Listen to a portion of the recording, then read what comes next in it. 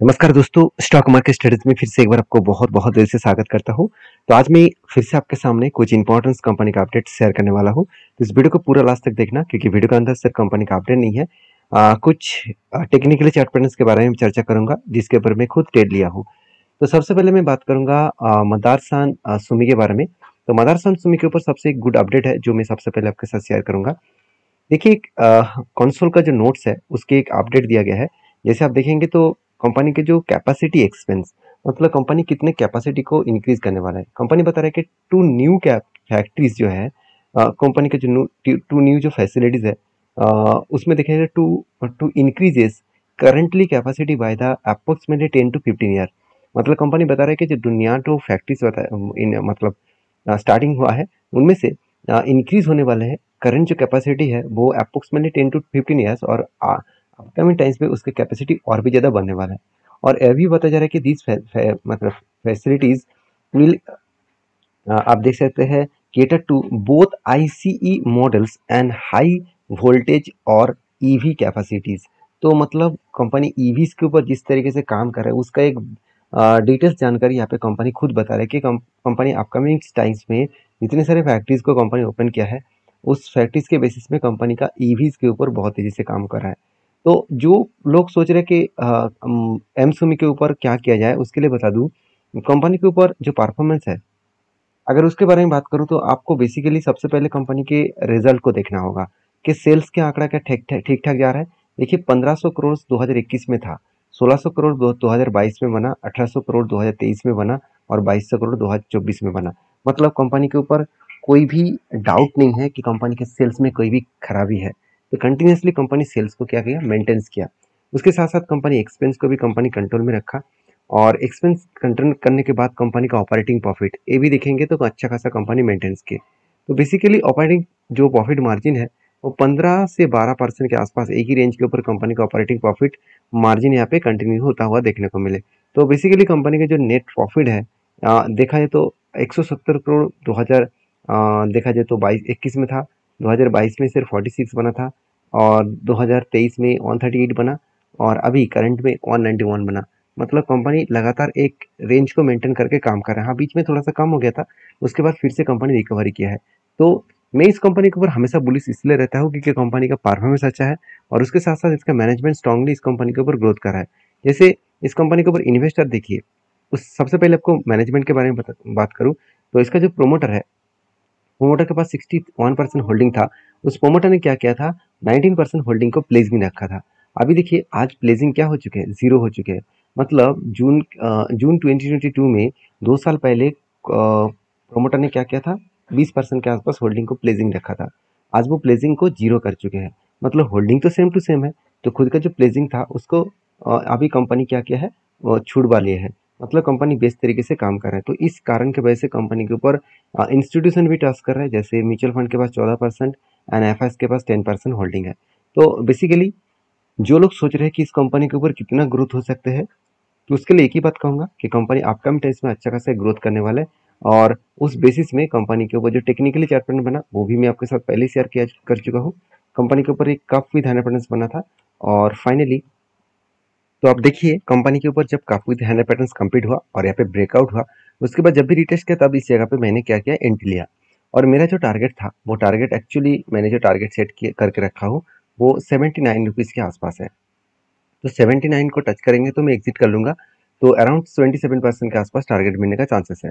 तो करंट जो लेवल है उस हिसाब से बात करूँ तो जब एंट्री बना था उस पॉइंट से अगर मैं करंट लेवल तक देखूँ तो ऑलमोस्ट 19% का रिटर्न मिल चुके हैं, 250 दिन हो चुके हैं। तो जो लोग सोच रहे हैं कि 250 दिन में अभी तक टारगेट नहीं हुआ, अगर ये टारगेट एक साल हो जाए तो क्या करेंगे। देखिए, एक साल में 27% का रिटर्न मिलेगा, इससे बड़ी बात मेरे लिए और कुछ नहीं होगा, क्योंकि इस तरीके से रिटर्न के लिए मैं ट्रेड लेता हूँ। तो आपकी क्या राय है जरूर कमेंट्स करना। मुझे लगता है और कुछ दिन लग सकता है, क्योंकि जिस तरीके से इस लेवल को ब्रेक करने का कोशिश कर रहे हैं, बार बार वो रिटेस्ट करके मतलब फेल हो रहा है। तो थोड़ा सा टाइम लग सकता है इस जगह पे, और उसके बाद टारगेट को अचीव कर सकते हैं। तो बाकी आपकी क्या ओपिनियन है जरूर मुझे कमेंट्स करके बताना। नेक्स्ट जो कंपनी है उसके बारे में चर्चा करूँ, उसका नाम है सोना बीएलडब्ल्यू।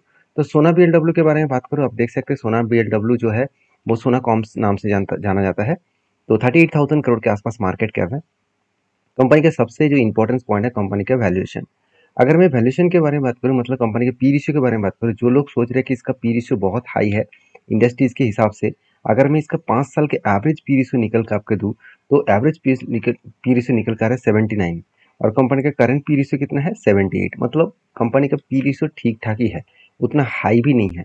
अगर खुद के पी रेशियो को 5 साल में एवरेज करूँ तो एक टाइम पी रेशियो चला गया था करीबन 100, मतलब 200 के आसपास आप बोल सकते हैं। 199 मतलब 200 के आसपास बोल सकते हैं। तो जहाँ से कंपनी के पी रेशियो करेक्शन होते होते आज इस लेवल तक पहुंच चुके हैं। तो कहने का मतलब है कि कंपनी के ऊपर सिर्फ काम करना ही नहीं है, कंपनी के ऊपर कुछ पॉइंट्स को ऑब्जर्व भी करना है। जैसे कंपनी का प्राइस टू बुक वैल्यू एक टाइम चला गया था 28 के आसपास, और आज कहाँ पे है? आज कंपनी का प्राइस टू बुक वैल्यू 16 के आसपास है। तो 15 से 16 के आसपास है, मतलब कंपनी एकदम अंडर वैल्यूड के हिसाब से है। क्योंकि मैं आपको चार्ट में सबसे पहले आपको दिखाया था, देखिए बहुत दिनों तक कंपनी एक ही रेंज के ऊपर काम किया।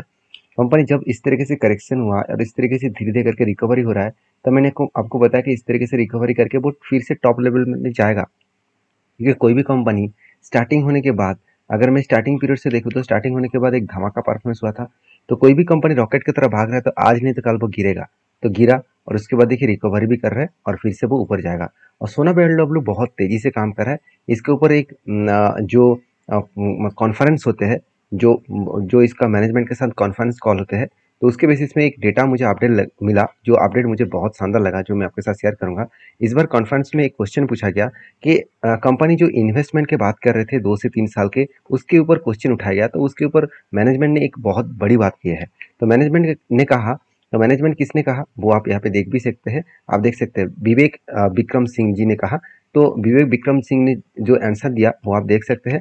Capex for the next two to 3 years, मतलब 2 से 3 साल में, लेट्स से बिटवीन 1000 से मतलब 1200 के आसपास, मतलब 1000 से 1200 करोड़ के आसपास टोटल यहाँ पे गेसेस किया जा रहा है कि इस तरीके से टोटल कैपेक्स को बढ़ाया जाएगा। तो सोचिए कंपनी अगर 1000 से 1200 करोड़ के आसपास कैपेक्स को बढ़ा दी, तो कंपनी के ग्रोथ होने का चांसेस और भी ज़्यादा बढ़ जाते हैं।